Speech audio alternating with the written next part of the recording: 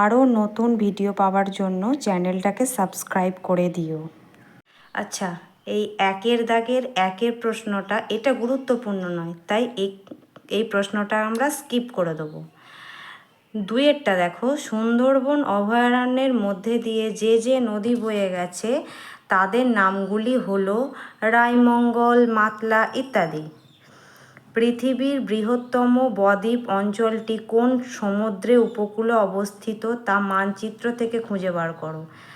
মানচিত্র থেকে তো খুঁজে বার করতে হবে না, খালি বললেই হবে পৃথিবীর বৃহত্তম বদ্বীপ অঞ্চলটা বঙ্গোপসাগর সমুদ্র উপকূলে অবস্থিত।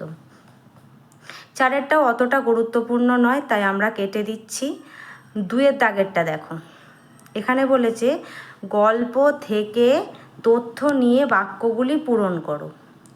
সুন্দরবনে মধু কাটতে গিয়েছিল ধনাই, আরজান আর কফিল। মধু কাটতে 3 জন লোক চাই। 3 জনের কাজ হলো চাক কাটা, মৌমাছি তাড়ানো, মধু সংগ্রহ করা। হয়ে গেল এটা।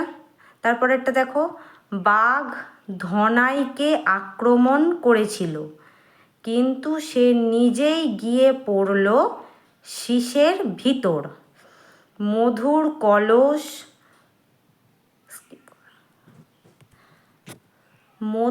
কলস পড়ল মাথার ওপর।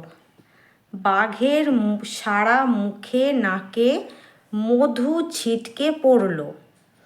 এটা হয়ে গেছে। 3এরটা দেখো, এদের মধ্যে যে যে কাজটা করত। ধনাই চট মুড়ি দিয়ে গাছে উঠে কাস্তে দিয়ে চাক কাটা, এটা ধনাই করত। আরজান কি করত? লম্বা কাঁচা বাঁশের মাথায় মশাল জেলে ধোঁয়া দিয়ে মৌমাছি তাড়াতো। তারপর কফিল কি করত? একটি বড় ধামা হাতে চাকার নিচে দাঁড়িয়ে মধু সংগ্রহ করত। 3 জনে এই 3টে কাজ করত। তারপরে আছে শব্দার্থ। শব্দার্থগুলো তোমরা যে যার মতো করে মুখস্থ করে নেবে। তারপরে আছে অর্থ লেখো। দেখো, আমি 1 নম্বর 2 নম্বর করে এখানে লিখে দিয়েছি। ধামা, এটা 1 নম্বর। দেখো এখানে লিখে দিয়েছি শস্য রাখা বা মাপার জন্য বেতের তৈরি ঝুড়ি। তারপর 2 নম্বরে আছে দেখো গোয়া তুর্মি। গোয়া তুর্মি কথার অর্থ হচ্ছে এই যে জেদি। তারপর 3 নম্বরে আছে চট। এই দেখো এটা 3 নম্বর, পাটের আঁশ থেকে তৈরি মোটা কাপড়। কাপড় এটা। 4 নম্বর হচ্ছে হাজির, কথার অর্থ হচ্ছে উপস্থিত। 5 নম্বর আছে ঝিরঝিরে, মানে হচ্ছে এই যে গুঁড়ি গুঁড়ি। এটা হলো 5 নম্বরেরটা। দেখো বাক্য রচনা করো। নাস্তা, এই যেখানে আছে নাস্তা, তুমি সকালে নাস্তা করেছো? তারপরে আছে মৌচাক। মৌচাকে মধু থাকে। তারপরে আছে রং। এই দেখো রং, তোমার বাড়ির রং খুব সুন্দর। স্ফূর্তি, এই যে মামা আসবে শুনে আমার মনে স্ফূর্তি ধরে না। কলস, কলস নিয়ে জল আনতে যাওয়া হয়। 6 দাগেরটা দেখো, কোনটি কোন ধরনের শব্দ তা শব্দ ঝুড়ি থেকে বেছে নিয়ে লেখো। এখানে শব্দগুলো আছে, আমি সেগুলো এখানে ভাগ করে রেখে দিয়েছি। বিশেষ্যর মধ্যে কোনগুলো পড়ছে? পথ, সকাল, ডাঙা, চিৎকার, ভুল, বোঝাই, শক্তি, এগুলো সব বিশেষ্যের মধ্যে পড়ছে। তারপরে বিশেষণ, এক, বিশ্বাস, গভীর, সরু, ছোট, বেজায়, এগুলো সব বিশেষণ। তোমরা স্ক্রিনশট মেরেও রাখতে পারো। সর্বনামে কি কি আছে? তার, সে, ওদের, এগুলো সর্বনামের মধ্যে পড়ছে। অব্যয়ের মধ্যে কি কি পড়ছে? কিন্তু আর আর। ক্রিয়ার মধ্যে কি কি পড়ছে? কেটে, তাড়াই, মারলো, নিয়েছে। আমি ভাগ করে দিয়ে দিয়েছি, তোমরা দেখে নেবে। সাতেরটা, নিম্নলিখিত শব্দগুলির বিপরীতার্থক শব্দ লেখো। আমি এখানে আবার দেখো 1 2 3 করে এখানে লিখে দিয়েছি। 1 নম্বরে আছে কাঁচা, কাঁচার বিপরীত শব্দ পাকা। 2 নম্বরে আছে ভর্তি, খালি। 3 নম্বরে আছে তীক্ষ্ণ, ভোঁতা। 4 নম্বরে আছে দীর্ঘ, হ্রস্ব। বোঝাই, খালি। দেখো আমি নাম্বার ওয়াইজ এখানে দিয়ে দিয়েছি। সমার্থক শব্দ, মৌমাছি। 1 নম্বরে আছে দেখো মৌমাছি, মধুপ।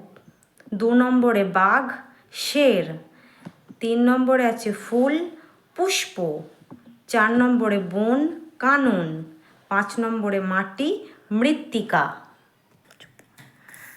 10-এর দাগের 1-এরটা দেখো, পৃথিবীর বৃহত্তম ম্যানগ্রোভ বনাঞ্চল কোথায় রয়েছে? সুন্দরবনে আছে। সুন্দরবনের খ্যাতি ও সমাদরের দুটো কারণ লেখো। তারপরে দেখো সুন্দরবনের খ্যাতি ও সমাদরের দুটো কারণ লেখো। একটা কারণ হচ্ছে বিরল জীববৈচিত্র্য, নদী, খাঁড়ি, জলপথ, বাঘের জন্য বিখ্যাত। আর 2 নম্বর হলো পৃথিবীর একক বৃহত্তম ম্যানগ্রোভ বনাঞ্চলের জন্য ভীষণভাবে বিখ্যাত। 3 নম্বরটা হচ্ছে কোন কোন গাছ সাধারণত মৌচাক দেখা যায়? খলসি, গড়ান, কেওড়া ইত্যাদি। তারপরে 11টা দেখো, ক স্তম্ভের সঙ্গে খ স্তম্ভ মিলিয়ে দেখো। মধু, মৌচাক। নাস্তা, জলখাবার। কাস্তে, কাটারি। ডিঙি, ছোট নৌকা। শিশে, ছোট সরু খাদ। সাঁকো, সেতু। এবার 12টা দেখো, গল্পের ঘটনাগুলি ক্রমানুসারে সাজিয়ে লেখো। এখানে আছে মনের আনন্দে একটার পর একটা মধুর চাক কেটে চলেছে। আরজান এক থাবা কাদা তুলে গোল করে পাকিয়ে নিয়ে ছুঁড়ে মারল চাক লক্ষ্য করে। পেট পুড়ে নাস্তা খেয়ে বনে মধু কাটার জন্য তৈরি হলো। কয়েকটা মৌমাছি ওদের দিকে তাড়া করলো। ডিঙি করে অনেক দূর বনের ভিতর গিয়ে 3 জনে ডাঙায় উঠেছে। কোনটা হবে? দেখো আমি 1 নাম্বার 2 নাম্বার করে দিয়ে দিয়েছি, তোমরা সেই হিসাবে সাজিয়ে নেবে। তারপরেরটা দেখো, শিবশঙ্কর মিত্রের লেখালেখির প্রিয় বিষয় কোনটি? সুন্দরবন। কোন বইয়ের জন্য তিনি শ্রেষ্ঠ শিশু সাহিত্যের পুরস্কার পান? সুন্দরবন বইটার জন্য। সুন্দরবনকে নিয়ে লেখা তার 2টো বইয়ের নাম হলো বনবিবি, বিচিত্র এই সুন্দরবন।